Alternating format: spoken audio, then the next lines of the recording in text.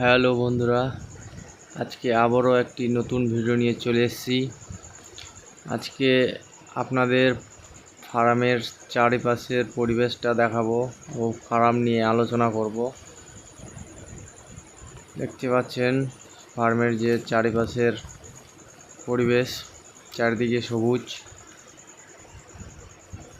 ফার্মটি একদম জমির মাঝখানে। ফার্মটি রয়েছে ছোট্ট পুকুরের পাহাড়ের উপর। দেখতে পাচ্ছেন পুকুরের একদম পাশেই ফার্মটি।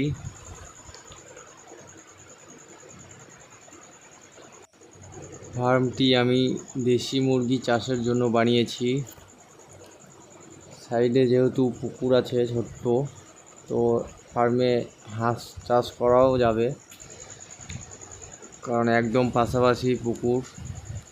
আপনাদেরও যদি এরকম পাশাপাশি পুকুর আর জায়গা থাকে ফার্ম করার মতো, অবশ্যই করতে পারেন।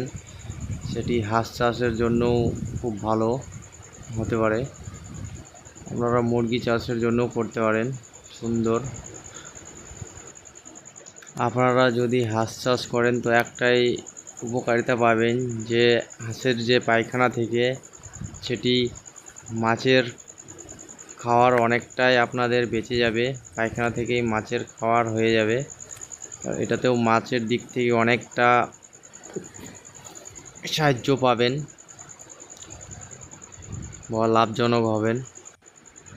আপনাদের যা খুশি আপনারা চাষ করতে পারেন, হাঁসও করতে পারেন আর দেশি মুরগিও চাষ করতে পারেন, আপনাদের উপর সেটা।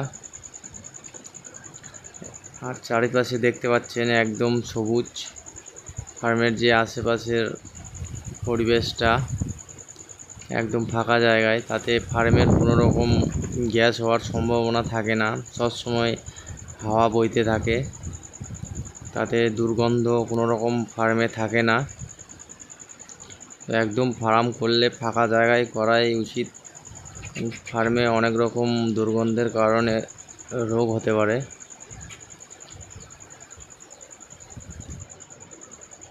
তো ফার্মটি দেখতে পাচ্ছেন, ফার্মটি আমার 1500 দেশি মুরগির ক্যাপাসিটির ফার্ম। পুরো টিন দিয়ে বানানো, মাঝখানে পিলার দেওয়া আছে। পুরো ফার্মে পিলার বা বাঁশ দিয়ে তৈরি।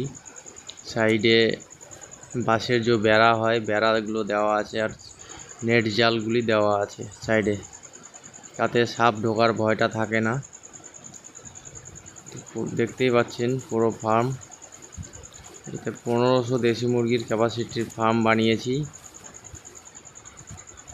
তো আজকের মতো এতটুকুই বন্ধুরা, আবার দেখা হচ্ছে পরের ভিডিওতে।